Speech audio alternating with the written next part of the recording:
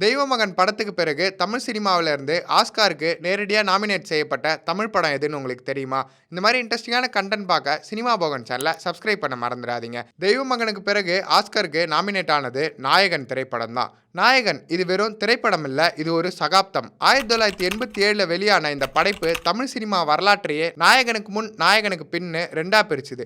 இயக்குனர் மணிரத்னம், இசைஞானி இளையராஜா, உலகநாயகன் கமலஹாசன், ஒளிப்பதிவாளர் பி.சி. ஸ்ரீராம்ன்ற கூட்டணியில உருவான இந்த திரைப்படம் ஒரு மேஜிக்கா அமைஞ்சுது. தூத்துக்குடி தொழிற்சங்க தலைவரான தன்னுடைய தந்தை போலீசாரால கொல்லப்பட்டதை நேரடியா பார்த்த வேலு அந்த கொலைக்காக அந்த போலீஸை பழி வாங்கிட்டு இன்றைய மும்பை அன்றைய பம்பாய்க்கு தப்பி ஓடுறதுல இருந்து இந்த படத்தோட கதை ஆரம்பிக்குது.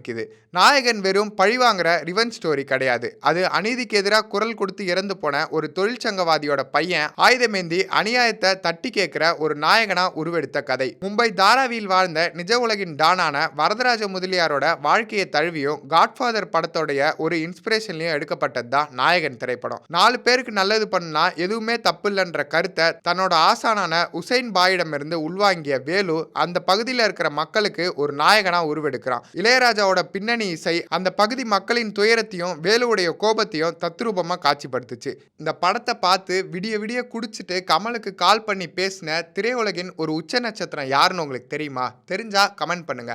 இந்த நாயகன் வாரத்துல நாயகன் படத்தை பத்தின தெரியாத பல தகவல்களை தெரிஞ்சுக்க சினிமா போகன் சேனலை சப்ஸ்கிரைப் பண்ணுங்க.